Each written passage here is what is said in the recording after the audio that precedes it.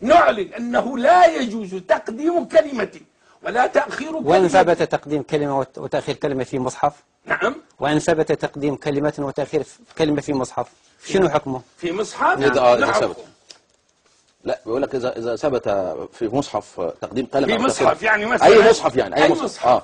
إذا ثبت رأيك فيها إيه؟ أيوة نحرقه فورا، يجب إتلافه في أسرع وقت، لأنه هذا عندنا تواتر عن الأمة، تواترت به الأمة بالإجماع. وإنما ولا أقول هناك اختلاف القراءات، لا، هذا خطأ يستعمله بعض العلماء، خطأ ويقول غير جيد. إنما هناك تنوع في القراءات، لأن النبي صلى الله عليه وسلم قال أنزل القرآن على 7 أحرف، منهم من فسر الأحرف بمعنى اللهجات، اللكنات، الإمداد إلى المدات. الآن اتفقنا على أن هذا الذي مات عليه رسول الله صلى الله عليه وسلم، أليس كذلك؟ وهذا الذي تواترت به الأمة، ولا يجوز إنقاص كلمة ولا زيادة كلمة. شيخنا كان سماحة السيد كان قصده يعني اللي يقدم كلمة أو يضيف كلمة أو غير ذلك ما كانش قصده إنك تحرقه، قصده رأيك فيه إيه؟ يعني يتكفر ولا مش كده يا سماحة السيد ولا إيه؟ قصده ده جواب عشان بس إن كان فعل ذلك خطأ، يعني أنا مسرور لأننا نريد أحس منه ليس خطأ. أيوة. لا يعني سأجيبك لا تخشى. إن كان فعله خطأ، ممكن شيخ الأزهر على ما أوتي من علم وشيخ مفتي وكذا العلماء وقال في الصلاة يقدم حرف آخر حرف على المنبر، كلنا ذاك الرجل يخطئ في القراءة. أيوة. ليس خطأ في القراءة. وهيكمل الشيخ. هذا قلت مشان تفصيل علمي. إذن من فعل هذا خطأ غير مقصود فهو مأجور أجر واحد.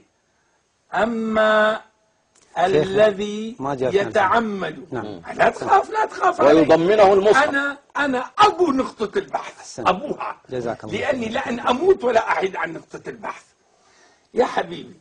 أما أن يزيد كلمة أو ينقص كلمة مدعيا أن ذلك جاءه من أبائه أو جاءه بالوحي أو جاءه بالمنام، دون أن تكون هذه القراءات هي التي تمدت عند المسلمين، وهي مجموعها معروف 10 القراءات 7 ثم 3. إذا كان الأمر ذلك فأنا أقول لك بملء فيا دون أدنى تردد، لأنه لا يجوز هنا أن كل من يفعل ذلك عمدا فتقام عليه الحجة وتبين له المحجة، فإن أصر فهو كافر. لماذا؟ لأنه يكذب الله عز وجل، لأن الله يقول لا يأتيه الباطل من بين يديه ولا من خلفه، لأن الله عز وجل يقول إنا نحن نزلنا الذكر وإنا له لحافظون، لأن الله عز وجل يقول عن نبيه صلى الله عليه وسلم لا عن المهدي ولو تقول علينا بعض الأقاويل لأخذنا منه باليمين ثم لقطعنا منه الوتين. الخطاب ليس للمهدي وليس لعدنان، وإنما وأقول ليس للمهدي رضي الله عنه، ولكن الخطاب كان لسيد المهدي ولسيد عدنان وسيد البشرية. قال ولو تقول علينا بعض الأقاويل، لو أن النبي صلى الله عليه وسلم زاد في هذا القرآن حرفا أو أنقص حرفا فهو كافر. وأجل ما ظهر هذا عندما تعرف عند الوليد وغيره لما فكر ثم أدبر واستكبر فقال إن هذا إلا سحر يؤثر، إن هذا إلا قول البشر، سأصليه سقر. لماذا؟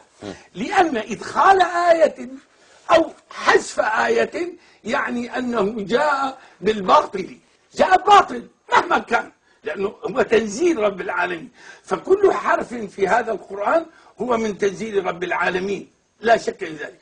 وإلا لا أريد أن ألقي محاضرة في القرآن. هذا الكتاب هذا عنوان الأمة وأس الأمة وطريق الأمة، وهو الذي قال الله عز وجل وأن هذا صراطي مستقيما فاتبعوه ولا تتبعوا السبل فتفرق بكم عن سبيله ذلكم وما قال ذلكم وصاكم به لعلكم تتقون. فلا تتم التقوى إطلاقا، ولا تتم الاستقامة، ولا يتم الاتباع إلا بسلوك هذا السبيل.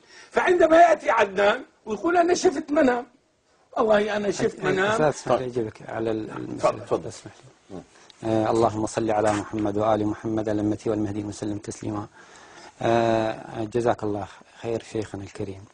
أعزائي المشاهدين، قد قال الشيخ عدنان العرعور أن كل من أزاد حرفا أو انقص حرفا في هذا المصحف يعتبر كافرا. نعم. أليس كذلك شيخنا؟ تماما كافرا. وما زلت على ذلك. نعم. هذا أعزائي المشاهدين هذا قرآن، وهو قرآننا، ونحن نتعبد لله سبحانه وتعالى به. نعم. وهذا الأمر أحكامه كلها نحن نطبقها وندين لله سبحانه وتعالى بها. هنا في هذه الآية من سورة الحديد، إذا تسمح لي الكاميرا، الأخوة الكرام، آية رقم كام؟ آية 24. الذين يبخلون ويأمرون الناس بالبخل ومن يتولى فإن الله هو الغني الحميد. هو الغني الحميد. هذه الآية إن الله هو الغني الحميد، هذه نسخة من القرآن الكريم. وهنالك نسخة أخرى من القرآن الكريم، هذه النسخة هذه برواية حفص عن عاصم، وهذه نسخة من القرآن الكريم برواية قارون لقراءة نافع أيضا. سورة الحديد أيضا الآية أيضا 24 هنا.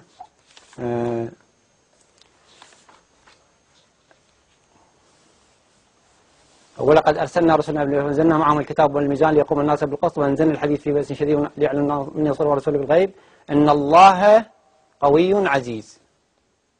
إن الله هو لم توجد هو في هذه النسخة. هذا القرآن لا توجد فيه، لكن الآية الأولى غير الآية الثانية. نعم. بص حضرتك هنا 24 هنا الذين يبخلون ويأمرون الناس بالبخل ومن يتولى فإن الله هو الغني الحميد. تمام؟ نعم. هذه 24 آية 24 الآية 24 في هذا المصحف. تفضل بص. نعم. الذين يبخلون ويأمرون الناس بالبخل ومن يتولى فإن الله هو الغني الحميد. نعم. هات لي المصحف ده بقى. نعم لحظة. ده طبعة المدينة وده طبعة المدينة. تفضل. دول الاثنين متوافقين. نعم هذه الآية. هذه الآية. بسم الله الرحمن الرحيم. هذه النسخة من القرآن الكريم. نعم. برواية ورش. نعم. برواية ورش عن نافع. ورين. برواية ورش عن نافع. الذين يبخلون ويأمرون بسم الله الرحمن الرحيم. الذين يبخلون ويأمرون الناس بالبخل ومن يتولى فإن الله الغني الحميد. هناك في هذه القراءة في هذا المصحف حفص عن عاصم موجود هو الغني الحميد. هنا هو لا توجد. نعم. في هذه النسخة هو لا توجد، وبذلك فإن الشيخ عدنان العرعور قد كفر كل من تعبد لله سبحانه وتعالى بهذا القرآن بحسب ما قال كل من زاد وأنقص في القرآن فهو كافر. وهذا القرآن مطبوع في مصر وبإذن من الأزهر. نعم. ومقرور من قبل الأزهر. هذا فقال كفر الشيخ عدنان هؤلاء الذين يقرؤون ويتعبدون لله سبحانه وتعالى بهذا القرآن. نعم.